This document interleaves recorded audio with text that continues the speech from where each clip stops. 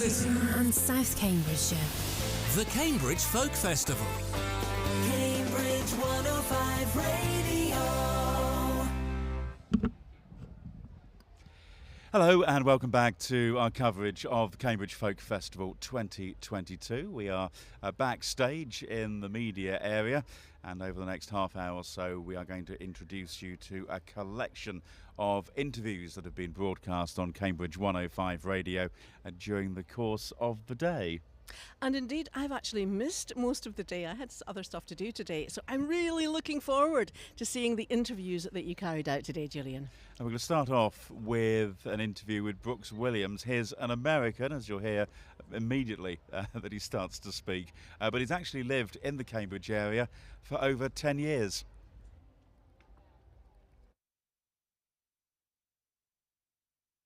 Pleased that one of the people who played actually yesterday in the club tent, Brooks Williams, is with me. Good afternoon. Good afternoon. It's lovely to see you. Now, you were playing in the club tent yesterday as part of the Cambridge Folk Festival, Yes, weren't you? yes. Cambridge Folk Club, Yes, sorry. yes, yeah. It was a lovely gig. Yeah, it was in the sort of late evening, just getting cooler, and I was done just as Suzanne Vega started her perfect show, timing. and she started with my two favorite Suzanne Vega songs. Yeah, so yeah. I was over the moon. Yeah, it was lovely, wasn't it? It was a really it was that sort of, this is the relax Yes, and yeah. feel comfortable Yes, and really yes, enjoy. yes. So, did you enjoy your gig yesterday? Have you been playing much recently? Yes, I work in a lot of collaborations, and so we've had a very busy year. I work with a banjo player called Dan Walsh, and I work with a fiddle player called Aaron Catlow, and of course with Boo Hewardine. Yes, we were talking about that off air. So you've done quite a few things with Boo Hewardine, Yes. who we do count as a Cambridge resident, Yes, but of course. has now moved up to Even to though he's Scotland now, left hasn't us he? here. Yeah. I'm just over crying. Yeah, so you have to bring him back down every time. Yeah, exactly. So how do those collaborations work? Well, we started them just as something to do on the side. As something to do when you're not doing your solo gigs. And actually, for me, they've become the thing I love doing the most. And I do them more than I do solo shows, which for 25 years I worked as a solo singer-songwriter. And so it's been really lovely to collaborate. Is that because you can sort of all bounce off each other and you bring more, it's the collective is bigger than the Yes, that's exactly the individuals. what it feels like. And, Boo and I write songs together, Dan and I write songs together, and the songs have their own character. And Aaron Catlow and I get to play this old-timey, bluegrassy, jazzy, swingy stuff that I don't get to play with either Boo or Dan. And so it just, it's a bit of a rod to my back in that I've got 3 different sets of music to learn and be up on, and then plus my own. But I absolutely love it. But does that Brooks Williams that helps you with speaking any, to if you Alex like a in different little types of earlier music, on that way today. you're not fixed by any particular one. You think, okay, we're not playing whatever it is. Excuse the something reversing behind me. Yes. I think it's I can great, see it. actually, I can see that it he's flashing. doing 3 different types of music. I thought suddenly there was Gillian, a fire alarm. because It can't be. We're most outside. people, they just do the yes, one. so it I think must it's help great that you've with- got that mix because, I think that's what makes life interesting. Yeah, no, Brooks, I've spoken to a really, really nice guy. His wife, incidentally, I haven't seen it, I haven't managed to get onto enough stages, but his wife, I think, is also one of the compares here at the Cambridge Folk Festival, or certainly has done so in the past. So you kind of feel that sort of folk is sort of definitely in the blood there. A big favourite. Yeah, no, definitely so. And we've got some more interviews to come over the next half hour or so, including Limerence, who Lucy and myself spoke to, also Flook, Spell Songs, Dustbowl Revival. I'm looking fantastic. forward to listening in on that. Indeed, on that particular great band. One. Elles Bailey as well. A few moments' time, it's going to be This Is the Kit. But at the very end of things, we're going to have some Passenger. Indeed. Oh, that was lovely. Thank you very much. Now, that's off your latest album, is that right? That's off the latest album, which is called Off, Off, On. Yes, and that was released in 2020, or did it get delayed? It was released in 2020. We decided not to timing. delay it. Yeah. We just thought, Might as well go for it. let's just release it anyway. And it's done very well. Oh, well, yeah, we're pleased with it. It went okay, all things in considering.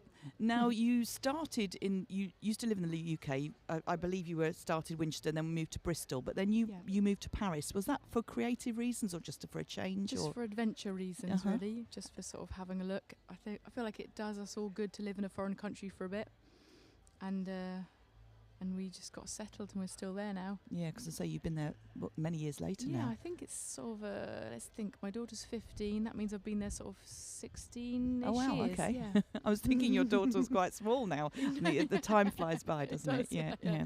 And so how do you get together? If you're in Paris, how do you get together with the bands to sort out, rehearsals or get creatively? Or do you do most of that where you are and then kind of meet up? Well, I guess I write on my own, and then when we've got... when there's songs to learn or recording to prepare for, I'll just come over and we'll work on stuff together. And if it's just a normal tour, then I'll come over a day or so before the gigs and we'll have a couple of days practicing and then off we go. And then I feel like a gig is sort of worth 100 rehearsals anyway. Yes. So once you're on tour, then everything gets settled in and finds its way. And I guess because you're working with musicians. This is the Kit. Does she have a name as well? Yeah, her name is actually Katie Stables. And she is absolutely brilliant and she's really, really charming. I've in fact been listening to a lot of This Is the Kit recently. And when I arrived, I heard them going on at stage 1, which I think, as everyone's realised, is right next to where we are. And I immediately recognised the songs that she was playing. Brilliant. That banjo, I think, has seen sort of a few better days, really, but certainly produced an excellent sound. And next, we were happy to be joined by our colleague Sue Marchant today, and she caught up with Elles Bailey. And it's Sue Marchant here, live from Cambridge Folk Festival. In the background and stage 1, we can hear Viri, and the young ones are coming up there. But I'm pleased to say, and I'm very excited, that Elles Bailey is here. Hello! Hello! It's good to see you, and I think the first time I saw you was on the introducing stage at the Great British Rock and Blues at Skegness. Skegness, probably 2017, I reckon that would have been. Would it? Yeah. Yeah, I can't remember that far back, but I'm glad you're young, you've got a good memory. I remember wherever I go, it's really strange, like, just remember the dates and everything. Although, sort of post-lockdown is slightly vaguer. I had a baby as well, so... Oh, you've had a baby? Yeah. Oh, what have you had? I had a little boy. Lovely. So, he's 16 months now. Lovely. Oh, gorgeous. Yeah. And how is being a mum and being on the road? Yeah. Getting on? Yeah, I mean, I quite enjoyed last year. I was still doing some dates. Obviously, it was, much quieter last year. I did a big tour at the end of November. And it's good. It's working well. He is getting to the age where I think he's realising that I come and I go. And he doesn't come with me, so he stays at home. So I definitely miss him. Oh, bless you. And your music, bringing the blues here to Cambridge Folk Festival. I am, yeah. Yeah, exciting. And I'm quite familiar with your music, and you're a real powerhouse when you go with it. First time at Cambridge Folk Festival? It is, yeah. What are your impressions so far? Well, I've literally driven in, used the Portaloo, which was great. It was fine. It was a nice experience. Met all the lovely stewards as we came in, got our passes, and have come to see you. So I haven't actually been in yet. Well, how honoured I am. I feel this. Now, you're appearing on stage 2 this afternoon at 5:45. Which is a nice time, and you're following the Spooky Men's Choral, so people will be well up for a change of tempo and that. And the festival is so eclectic. Yeah, I can hear that. Yeah, we've had some great acts on here. Who's in the band? What are you going to be playing? And tell me all about it. So, I haven't really had a chance to tour my new record, which is Shining in the Half Light. So that dropped in February, just as Omicron was raging. So we didn't get a chance to do a big proper tour. So this festival season is playing lots of tracks from that record. But we've also got some gems from Road I Call Home and from Wildfire, my debut album. I've got a 6-piece band, which is exciting. Ooh. So Johnny Henderson on Hammond organ. I have Gary Kroll on drums, Joe Wilkins, who's been playing with me for forever. He's on guitar, Matthew Ware on bass. And I have the incredible Demi Mariner on backing vocals and guitar as well. Demi's an amazing artist in her own right, really incredible songwriter. And then, of course, me. Yeah, So. you. Elles Bailey speaking to Sue Marchant a little Fantastic earlier on. artist, fantastic. I think we finally discovered something which is louder than stage one here. And what you missed whilst we were listening to that interview, or at least trying to listen to it, was a car alarm went off on the other side of us. Where we are, we've got sun, I guess, to my right, across the way, of course, stage.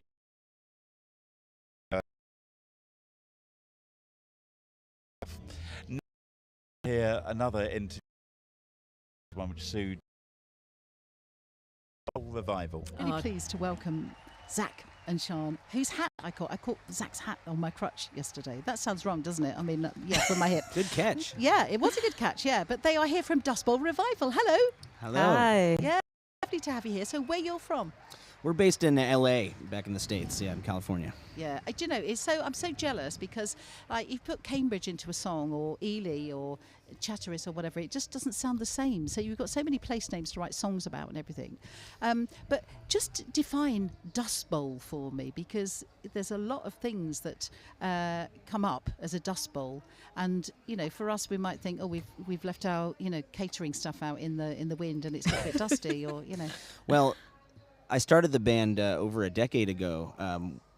Like many folks, I packed all my belongings in a hatchback, and I went from Chicago and Michigan, where I went to school and grew up, and came out to California to seek my fame and fortune.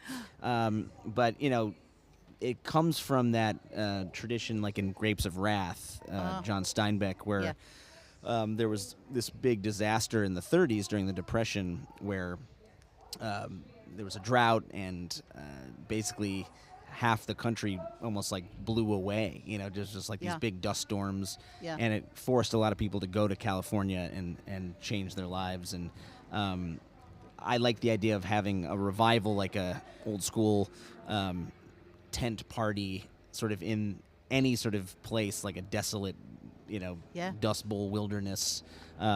And LA especially is a melting pot of people from all over the world who kind of come there for various reasons to try to do something special. Yeah. Doesn't always work out, but I think we... I would say you guys are working out. Well, we're still I doing would say it. too, And we yeah. have some amazing new talent like LaShawn, who's joined us recently. So Yeah. Well, I was lucky enough to be watching part of your show yesterday, between running around and doing different things, and you absolutely rocked it. You got so much energy in the band, and you got such a groove as well going. I mean, your bass player is something else, isn't he? Thank you. he's Yeah. Dustbowl Revival speaking to Sue a little earlier. Absolutely fabulous band. I've been watching a lot of them as well recently, actually. Really, as Sue said in the interview, really, really energetic. And, full of and I would claim not to be a huge kind of bluesy fans. Love this band, though. Absolutely brilliant. Fabulous. And I can imagine they rocked it and absolutely brought the place down. They're that kind of band. And from Dustbowl Revival, we're going to move on now to Spell Songs. Peace band, and it includes myself, Julie Fowlis, Chris Streever, Rachel Newton, Seku Keita, Beth Porter and Jim Molyneux, and we all got together, I think 2019, for a project, and it's inspired by the work of Jackie Morris and Robert McFarlane. So Robert McFarlane, the writer, who's based here in Cambridge at the university, and Jackie Morris, the fabulous artist who's based in Pembrokeshire in Wales, and they made a book a few years ago called The Lost Words, and it was all about the kind of loss of language for birds and plants and animals, and the kind of greater than human life that we live amongst, because they were being removed from one of the major children's dictionaries, and they conceived of this project to kind of conjure them back to life. So it includes spells, which is why we're called Spell Songs, and really beautiful imagery by Jackie. So all of our songs are inspired by this stuff that we live amongst, herons and acorns and conkers and it's nature. It's nature. Yeah, lovely. Are you a big nature lover yourself? Yeah, I mean, I'm really lucky to live in a beautiful place. I live in the southeast of Scotland, in amongst kind of farms and woods and moorland, and that's a big part of my life. But I think one of the things that's really important to remember is that actually nature is it's everywhere. You know, it's in the cracks in the pavements, it's in the parks, it's in our gardens. It's not just something that we, you know, escape to. We're part of it and we live amongst it. Yeah, yeah. And there's some interesting songs on there because everybody plays their part within it and it becomes a story within a story. And I watched your live stream, which was fascinating because Jackie Morris was actually drawing. Oh, it's amazing. I mean, but that's part of her set. She's here this weekend, actually. And she paints live, so she conjures, she recites a spell and paints at the same time. And we play with her. She refers to us as her band, and we call her the captain of the crew. And actually, it's a really beautiful thing to be playing music with someone as they're making art. And it was actually a really big part of the process of making these albums. Jackie was with us when we got together to make them, and she was constantly drawing and painting and interjecting and having ideas. So it's sort of, she feels like she combination not just of musical skills but of personalities. Sue with it earlier. Yeah, fangirling because I'm a fan of hers for ages. Interview her around when she was here, typical. But they sound like an amazing, amazing band. I can imagine they are because they're very well known in their own rights. They're all solo artists. And working together, it sounds from what Karine was saying there, Julian, that the magic is working. You know, she said, we're not falling out and we're getting on really well. We're not arguing about what songs we're going to write. And I can just imagine it is working well. It feels like some sort of Scottish supergroup, really, as much they are a supergroup, as much as indeed. anything else. Indeed. From Scotland to, well, an Anglo-Irish group, and they've been together for some 30 years now, and they're called Flook. In between. That's right, yeah. Yeah, we've been going since 1995. We just discussed that, so we remembered. Wow. It's quite a long time ago, 27 years. And so, okay, for the past 27 years as Flook together, tell us about your growth and like just what has it been like for 27 years? Well, I suppose we did have a little pause for 10, I don't know, 4, 5, 10 years. Until I had a baby daughter, she's now 15. We've got 5 Flook children with us today on this at this festival. We didn't have any when we last played at Cambridge Folk Festival in 2003. Oh, so you have played at the Folk Festival before? I think, well, we definitely played in 2003, most recently. I think we've played before that as well. We played, way back near the start. Yeah, maybe 1995. Wowzers. What was it like back then? Much smaller? More traditional? Has it really changed a lot? I think it seems refreshingly familiar. Everything is just as I remember it. It seems a bit smaller than I remember it, but... Was our friend the Fox there back in the 90s? The little fox, wicker fox or whatever he is with his little fiddle underneath it. Folk Festival to be the same. I think they moved a few years ago. That tradition sort of comes, it's not just in the music. It's where everything's. I think everything's set out. After these fallow years, I can't imagine many people will be, or maybe they will be complaining. But yeah, I'm just grateful for to be back together again. Like a good complaint. Yeah. But Brian, the Irish accent, it's clearly there. Do you base it, where are you actually based though these days? I'm based at home in Armagh. Yeah. I lived all the.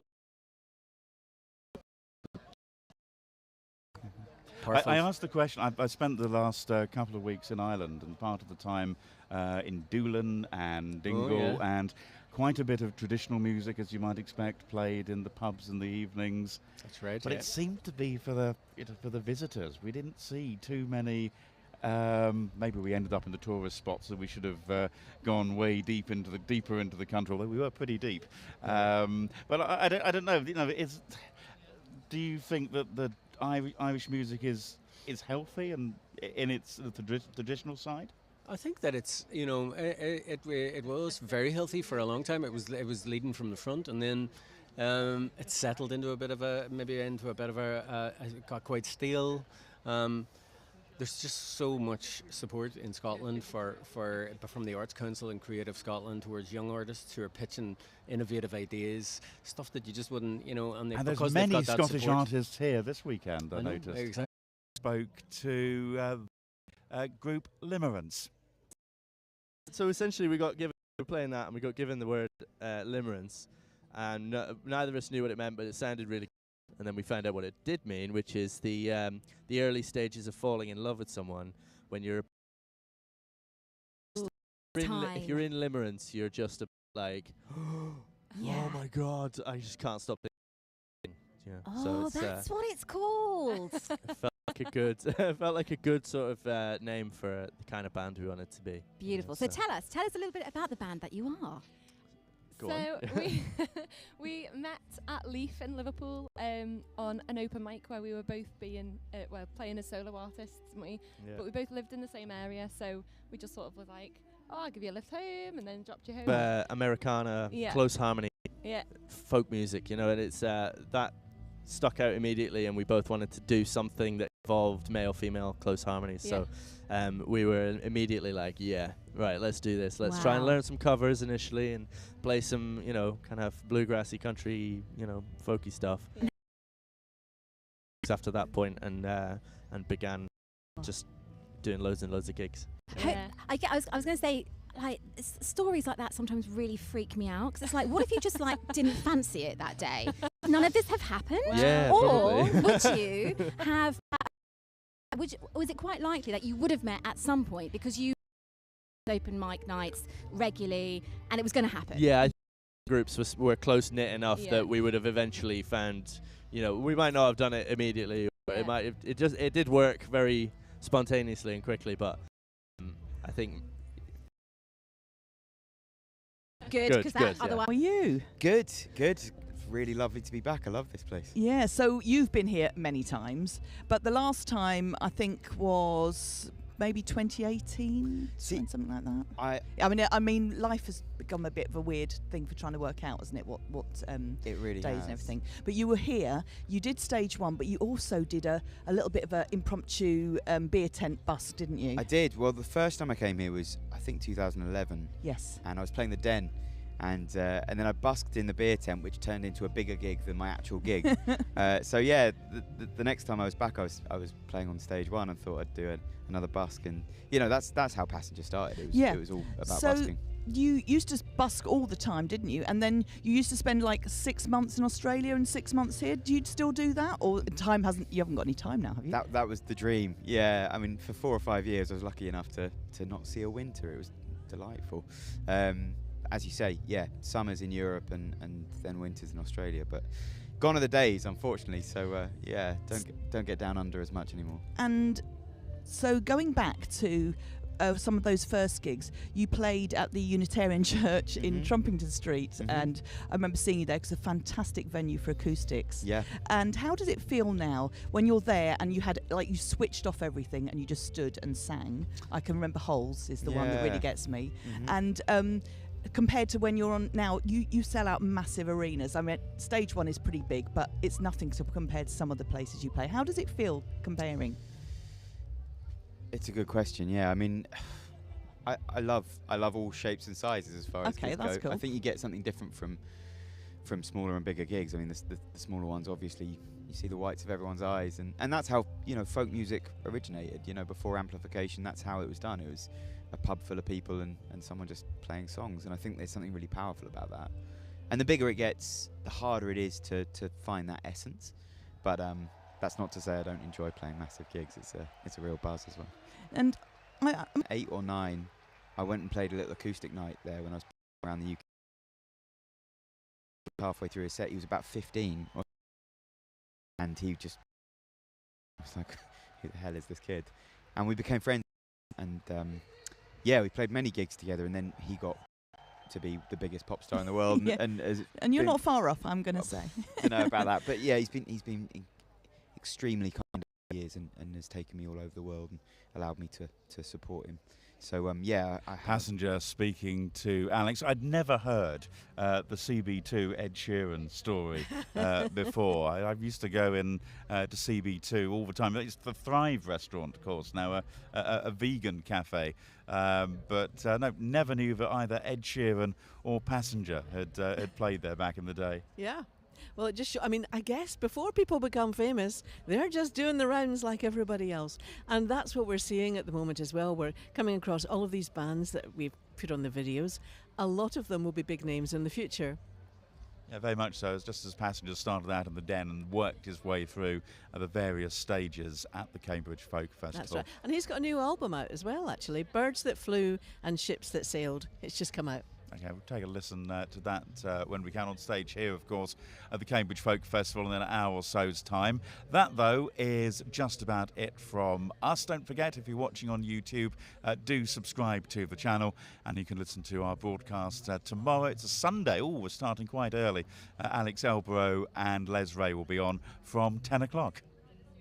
Here they are live on Cambridge 105 Radio. It's Dustbowl Revival. Oh, oh, oh, oh, oh, oh, oh, oh,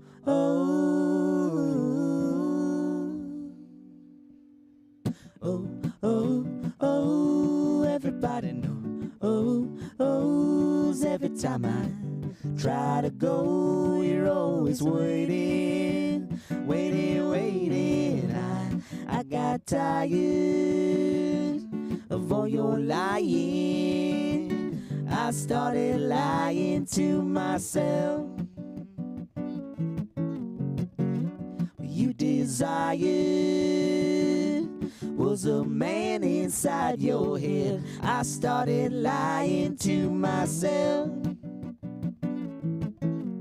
Ooh, you were more than a head case, darling.